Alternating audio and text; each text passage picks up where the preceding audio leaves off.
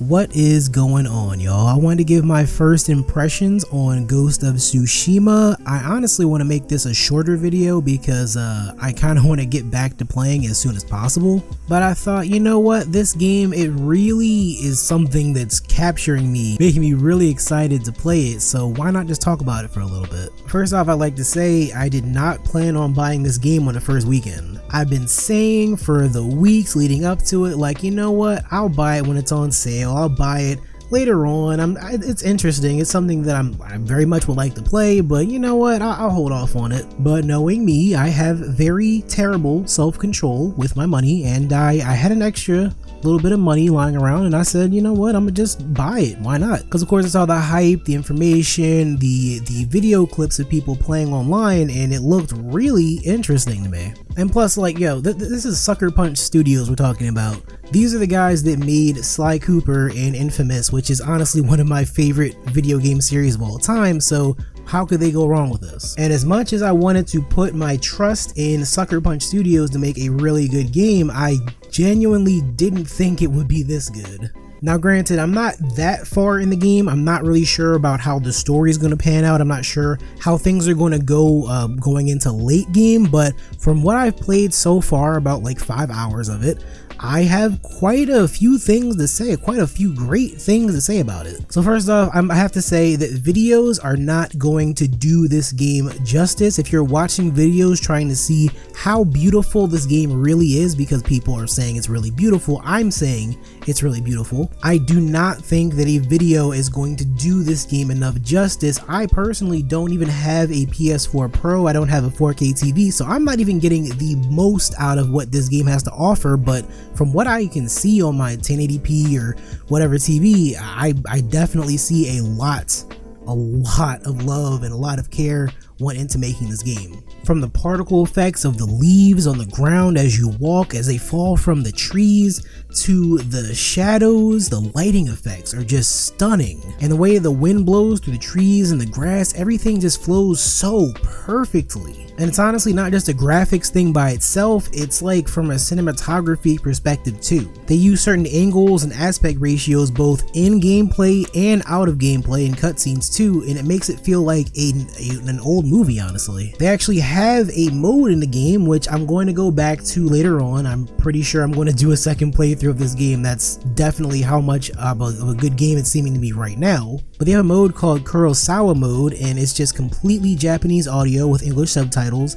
and it's all in black and white with like a film grain on it, so the entire game just seems like an old movie. And what it really reminds me of is this old movie I actually did a project on in college called Seven Samurai, and it's a long movie. It's a long movie for its time, made in like 1954, but it's a 3.5 hour movie, and honestly, if you play this game in Kurosawa mode, it's going to seem exactly like that movie was shot. And also, if you guys are really interested in Ghost of Tsushima and you haven't seen Seven Samurai, definitely go check that out because they are very much similar in so many ways. And you see the direct example of where they got Kurosawa mode from because the movie was directed by Akira Kurosawa. That actually reminds me that I absolutely love that this game is set in feudal Japan. And before you say it, no, it's not just because I'm a weeb that loves Samurai Champloo. No, that's part of the reason, but it's not the entire reason. But the setting of feudal Japan is just so natural. Everything feels natural, handcrafted, but so traditional at the same time. The game does a really good job of setting up the stage of this island of Tsushima and does a fantastic job of showing off this era, this feudal Japan era. And again, I haven't dived too deep into the story just yet, but the characters and the stories, everything just seems to add more up to the lore of the island, and it just really engrosses you in everything that it has to offer. Now, enough about the aesthetics, enough about how the game looks, let's talk about how the game plays, because my god, this game plays very well. One thing I really love about this game is that it gives you options for your playstyle. I'm not gonna lie, at first I was a little bit turned off by the way that the combat seemed like it was going to be before I bought the game, because I'm not really a person who likes stance changes in games, and I'm terrible at parrying myself. And there are moments where they really want you to parry. As a matter of fact, they give you some moments where you have to parry. If you don't know how to parry, you're gonna learn.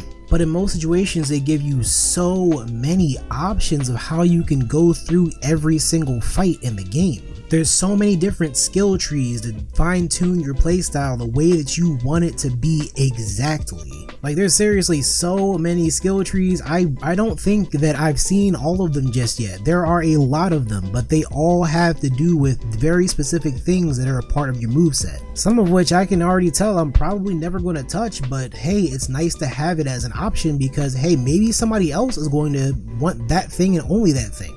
That just means that I can play the game the way that I want to, and I can also find different playstyles where somebody else can do the same exact thing. Like, for example, if you want to go the more traditional honorific samurai route, you can just upgrade your stances and your sword techniques to be a complete badass with the sword. But on the flip side, you could also be more stealthy and go for upgrades on your bow and your hearing so you can get the upper hand on people really fast. And if you thought it stopped there, no, it doesn't stop there. You have upgrades to your armor, your weapon skins can also change, and you have different charms that add even more upgrades for your character. And the thing that's really awesome about that is that it really adds to the idea that this game really sets up this theme of choices. I'm not going to spoil anything, but from what I've seen so far, you're given quite a lot of choices to make for this character, and you have a lot of choices to make for how you want to play the game as well. And finally, well, that was actually it, but I just want to talk about, like,